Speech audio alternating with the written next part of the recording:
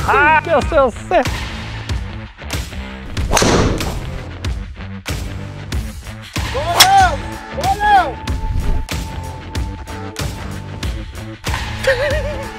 Jag kan inte.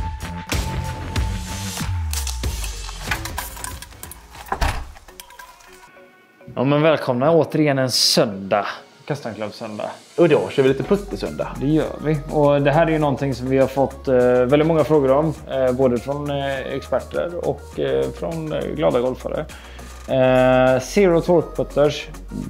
Hetaste potatisen 2024. Ja, potatis och sill. Vad är en Zero Torque putter, André? Ja, jag ska faktiskt vara helt ärlig. Alltså så här, jag som sitter en del med utveckling och mycket produktutveckling och så vidare. Jag har ju bra koll på lab. Jag har jättebra koll på lab. Jag har lite sämre koll på konceptet. Zero för att Torque. någonstans så var det bara lab som jobbade med det. Och helt plötsligt nu då så, okej, nu kommer PXG, vi har Bettinardi putte, vi har Odyssey, Evenroll och så vidare. Så nu är min fråga då, är det copy-paste? Har man kopierat labs koncept eller är detta någonting som vem som helst helt plötsligt kan göra? Är det samma sak som lab allting och så vidare? Så att min fråga är ju, är det någon skillnad på de här nya som kommer egentligen mot lab? Nu ska vi inte ställa allting mot en lab, utan det är någonting vi ställer dem mot Zero Torque, tycker jag. Ja, för men då måste jag fråga dig. Vad innebär Zero Torque? Zero Torque är att vi inte påverkar bladvinkeln någonting. Kollar vi på en torque, vad det är vridmoment. Så lite vridmoment som möjligt. Här vet jag att tillverkare pratar mot sig själva. Och det kommer vi gå in på. Och faktiskt, jag är lite på såghumör idag. Du är på såghumör? Ja, men på en rimlig nivå såklart. Ja. Men tittar vi på det, Zero Torque betyder alltså att den roterar runt sin egen axel. Och det kan vi klart och tydligt se att alla de här puttersna gör. Vi har alltså ett skaft som går rakt in i centrum av putten där centervikten sitter. Nu har Odyssey kommit med 3 varianter, Bettinardi kommer med 2, va? Lab har ju sina varianter och PSG har en. Normalt sett så ser vi kanske detta i en revealer, där man alltså, en revealer är ett stativ där du håller putten och roterar den framåt, inte roterar utan pendlar fram och tillbaka för att putten ska hålla sig så rakt som möjligt. Och där kan vi ju se att alla de här puttersna gör ju det i en viss mån. Alla gör det inte helt 100. Men en fråga då som kommer direkt till mig. Ja. En helt vanlig gammal traditionsenlig centerskaftad putter. Ja. Är det samma sak? Nej. Varför? För att här har vi en centerskaftad putter. Det är en skaft som går ner i centrum av träffytan. Alltså center, om vi tittar på en helt vanlig putter, vi tar den här till exempel. Det betyder alltså att skaftet skulle gå ner här där linjen är. Men en Zero Torque putter, där går skaftet i lite snett bakom för att hitta den här mittpunkten då. Så det är därför vi ser, om vi tar en lab då, till exempel som vi jobbar ganska mycket med, så ser vi ju att skaftet går i mycket, mycket längre bak ju större putten är till exempel. Och det kommer vi förmodligen se på Bettinardi också. Nu har vi bara fått se den här bladmodellen. Så är det. Så vi kommer alltså utforska begreppet Zero Torque. Vi kommer mäta i Capto. Vad är det specifikt vi kommer titta på i Capto när vi mäter den här biten? Men 95% av vår puttning innanför 4 meter består av bladkontroll. Och det är det som Zero Torque ska hjälpa till, att vi ska få ett bra blad hela tiden. Och då kan man ju titta så här. Har vi någon specifik röd tråd med alla de här? Ja. Alla benämner det som Zero Torque. Är alla exakt likadana? Svar nej. Men gör lab det? Säger lab att det är en Zero Torque? Eller säger de lying eller balance? Är det någon skillnad däremellan? Grejen är så här, vad jag har förstått det som. Den här kommer du kunna beställa med rätt lie. För de har så sjukt många olika alternativ. Jag har inte sett de alternativen från PXG och Odyssey. Och Bettinardi vågar jag inte svara på. Så tittar vi på, om vi går tillbaka några år i tiden och säger så här, jag ska ha en centerskaftad putter, hade jag sagt ja eller nej? Jag hade sagt tok nej. Stora bokstäver, nej liksom. Varför? För att när vi träffar off-center på en centerskaftad putter så kommer den twista ganska mycket och det påverkar blad extremt mycket. Och där kommer ju livevinkeln in då i det fallet att vi ska träffa sweet spots ofta som möjligt. Sen ligger ju de här på typ 70 graders livevinkel, vilket är ganska så vettigt för väldigt många. Men inte för alla. Inte för alla. Men det jag tänkte komma till är i alla fall att både PXG och Odyssey bygger på samma koncept. Det är en toe-up putter. Så att hur vi än roterar den så kommer den alltid att vilja slutar med tån upp och nu har vi ingen revealer så att kommer ju friktionen i min hand att påverka allt för mycket. Men det här betyder alltså som Odyssey själva säger och PXG säger själva att när vi roterar den här putten, om vi har en tendens till att stänga bak så kommer den vilja öppna sig igenom. Om vi har en tendens att börja öppna bak så kommer den vilja stänga sig igenom. Vad betyder det?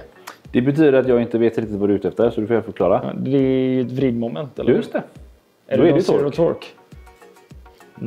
Om vi då tittar på Lab och Bettinardi i det här fallet, vi kan få hålla den åt mig.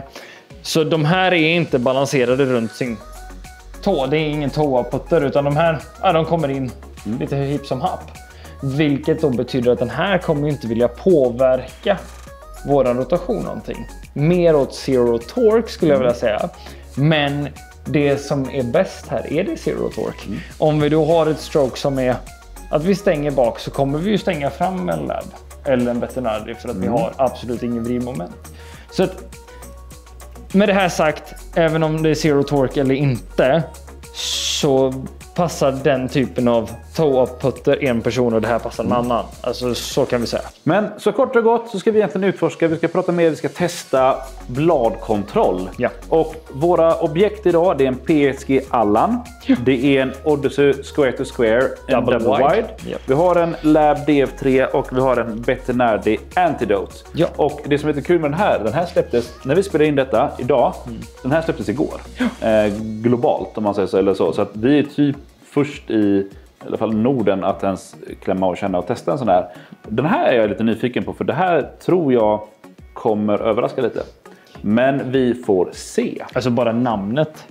Antidote. Det är jag som älskar Travis Scott. Antidote. Ja. Men jag tänkte så här, vi ställer oss och puttar lite. Vi mäter lite data, fokus på bladkontroll och sen så ser vi vad det innebär.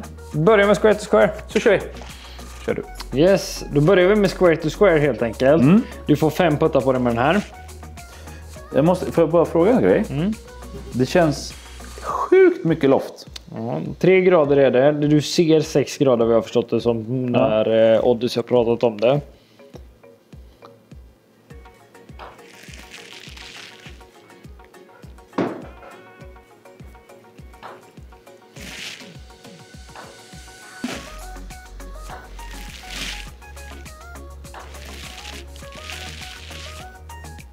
Ta en print på det där också då. Den var mindre bra den putten. Den var mindre bra den putten. Ja. Byter vi. Då får du 5 puttar med Antidoten. Antidoten, helt ny från Bettinardi. Yes. Då ska vi se här.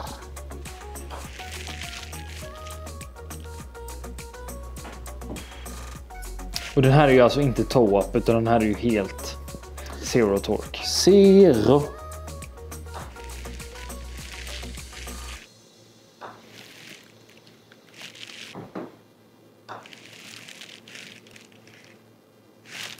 Yes, vi byter. Vi byter. Nu har jag en Lab-putter. Ja. DF3. Ja. Är det bara utav de här som har pressgrepp? Är det bara att köra eller? Det är bara att köra. 5 stycken.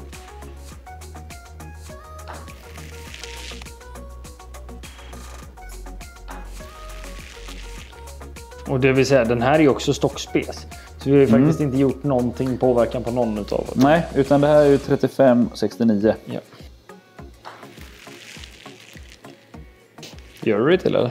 Vadå? Ser det bra ut?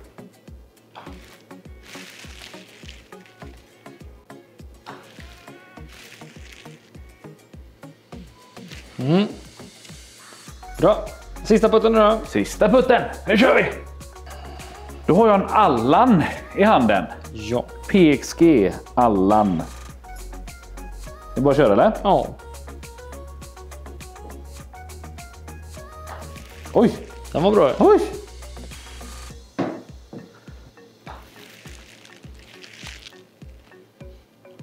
Sjukt intressant på första för den måste du ha siktat ordentligt vänster för face change var inte så jävla illa. Jag tycker inte jag gjorde det. Kan inte bara varit att jag slog en drå. Nej, drå har du inte slagit en enda kan jag säga.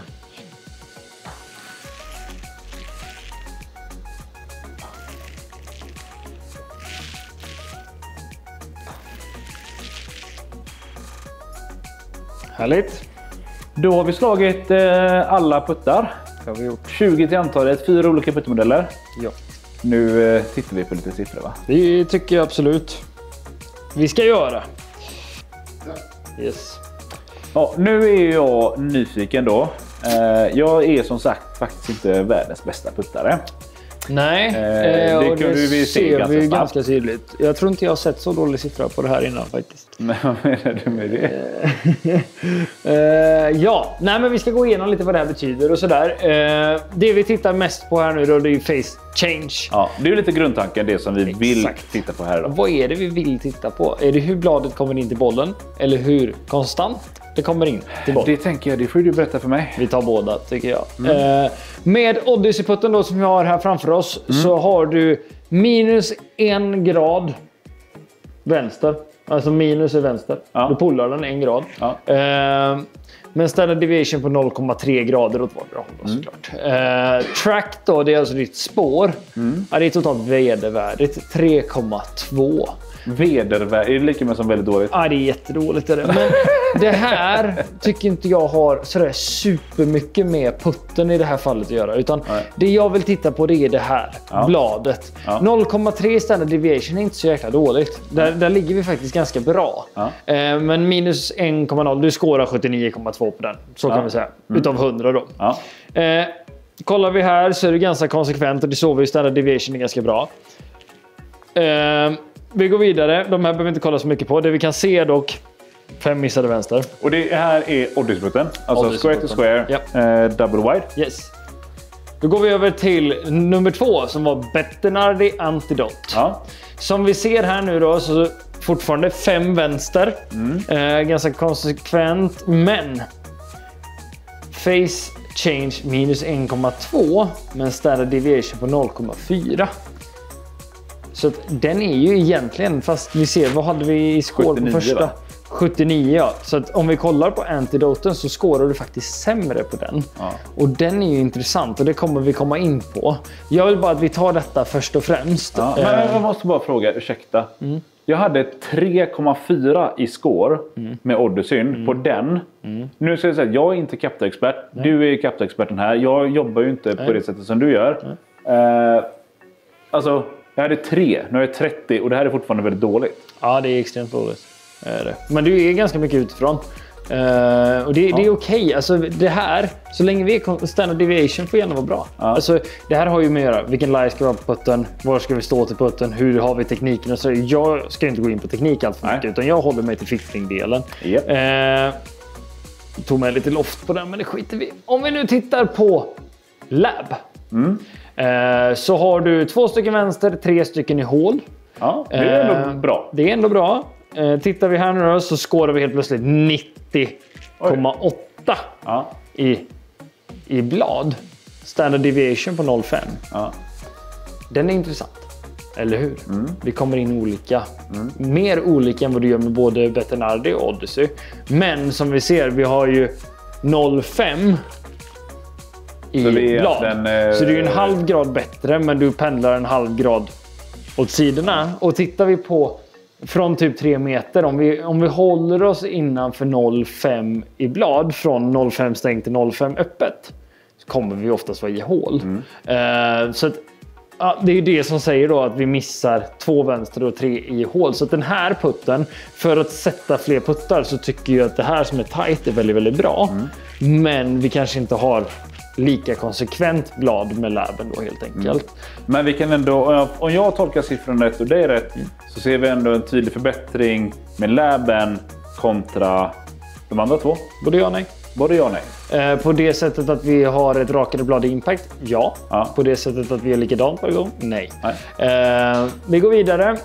Allan, den jag tyckte du slog fantastiskt bra. Där har vi 3 stycken vänster och 2 i hål. Så vi missar faktiskt fler vänster än vad vi gör med labputten. Tittar vi då på face change minus 0,3, standard deviation på 0,6. Du skårar 94. Den här är intressant. på grund av varför jag tar upp den här standard deviation hela tiden. Vi vill ju ha så bra blad i impact som möjligt och 0,5-0,3 där snackar vi ganska bra siffror. Så jag skulle säga att både Laben och PXG-putten skulle kunna hamna i din bag utan problem. Jag skulle ha svårare att se kanske Odyssey som vi hade här i början och Bettinardin då helt enkelt. Sen är ju inte du en bladspelare oftast heller. Nej, jag gillar ju att ha stora putters. Exakt.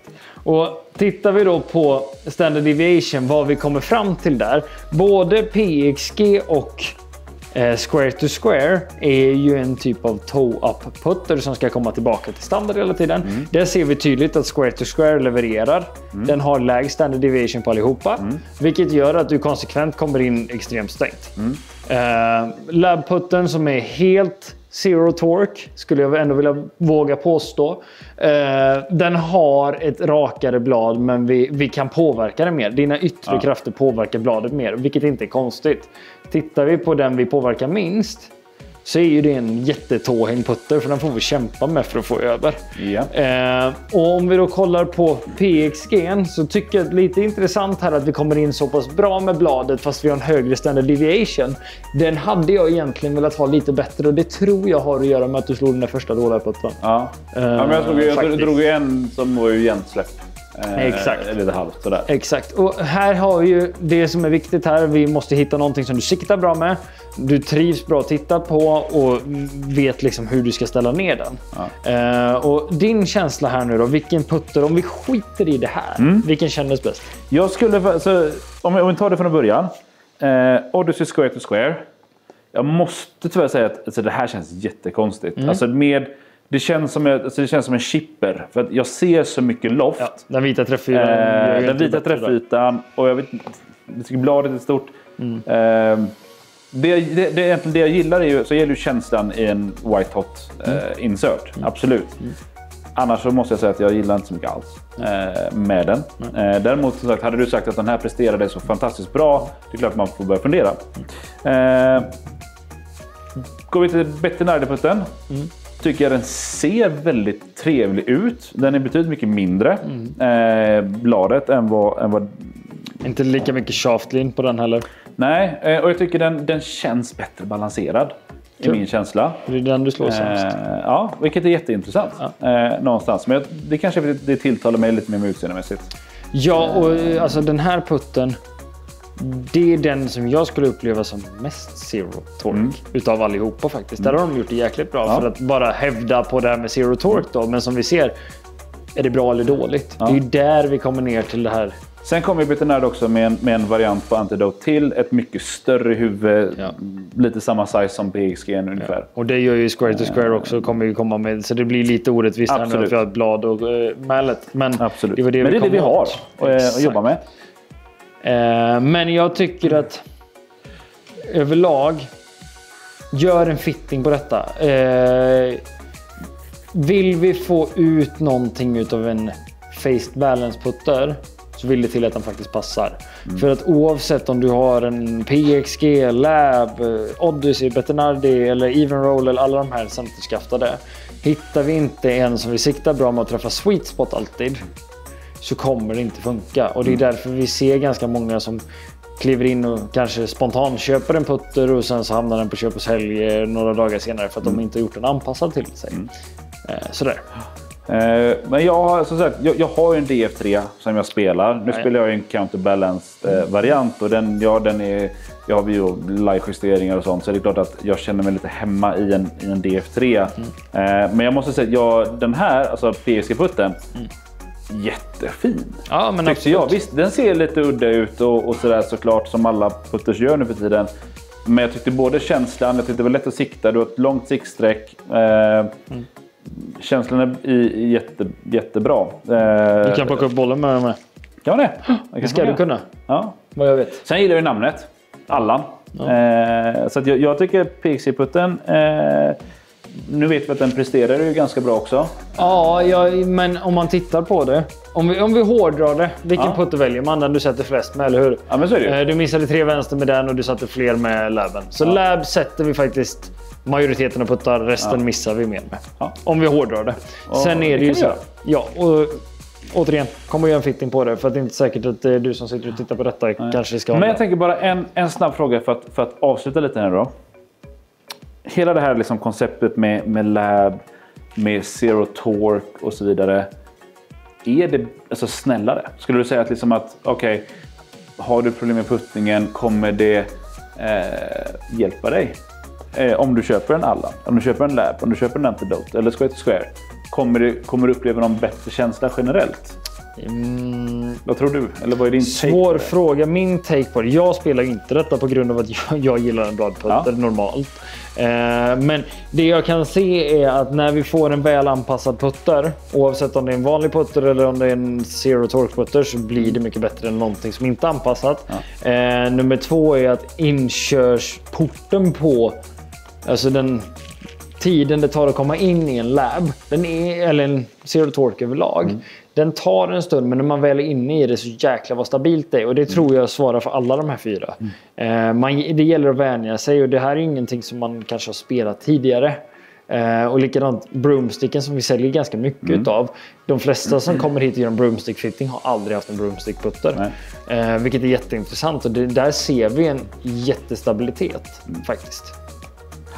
Nej, men som sagt, jätteintressant överlag med att det händer saker på puttermarknaden. Vi kan konstatera att jag inte är så bra på putta. Kan vi göra? Vi kan också konstatera att ett märke som kommer från ingenstans och gör en putter som är ett helt nytänkande grej sätter sprätt på hela marknaden. Ja, ganska och det är lite den som är ganska intressant någonstans. Men nu har man sett, alltså, är det en copy-paste? Som om vi tar Odyssey, vi tar PSG och de här. Är det en copy-paste på lab? Är det en effekt vi ser av marknaden att vi måste framåt?